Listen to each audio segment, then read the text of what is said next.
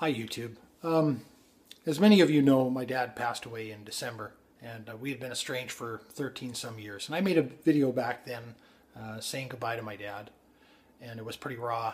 I'm sure a lot of you have seen it. For those of you who haven't, you can search back through my catalog if you're interested in seeing it. And I shared a lot of vulnerability and a lot of emotion in that video.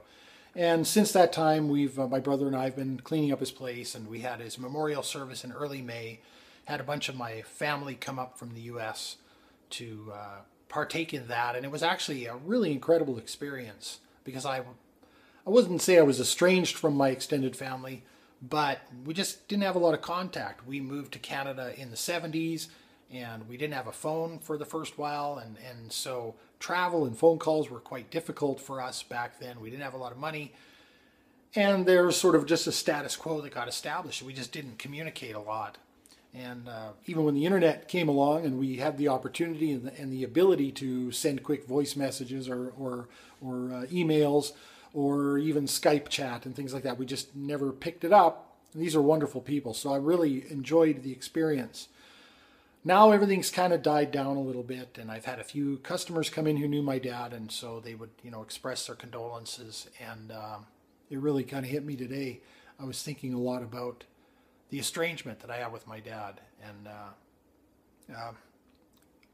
how terrible it is that the ship of reconciliation has sailed, and I didn't really realize that it was about to leave the dock, and I feel pretty bad about it. It's just sort of a wave that's caught up with me in the moment.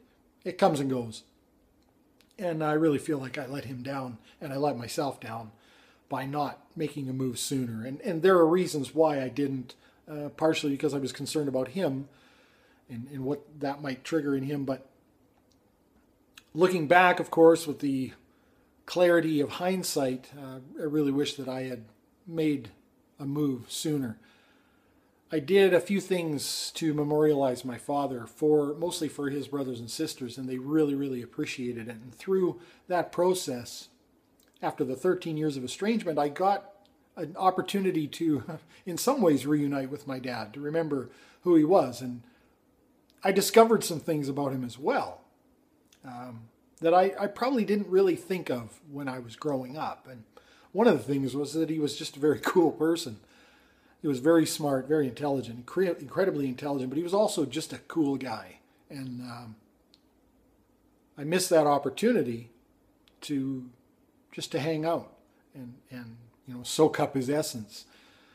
And I guess the reason I wanted to make this video is to just say to anybody out there who's experiencing something similar, an estrangement with someone that's not irreparable, that's not irrevocably destroyed in terms of their relationship. Do it now. Hopefully this could be instructive for somebody out there to just say, if there's a relationship there that's gone sour, and there's an opportunity there to reconnect and to make it right, and to shower some forgiveness on somebody that maybe deserves it, or to beg for forgiveness from somebody who you've wronged, and make it right.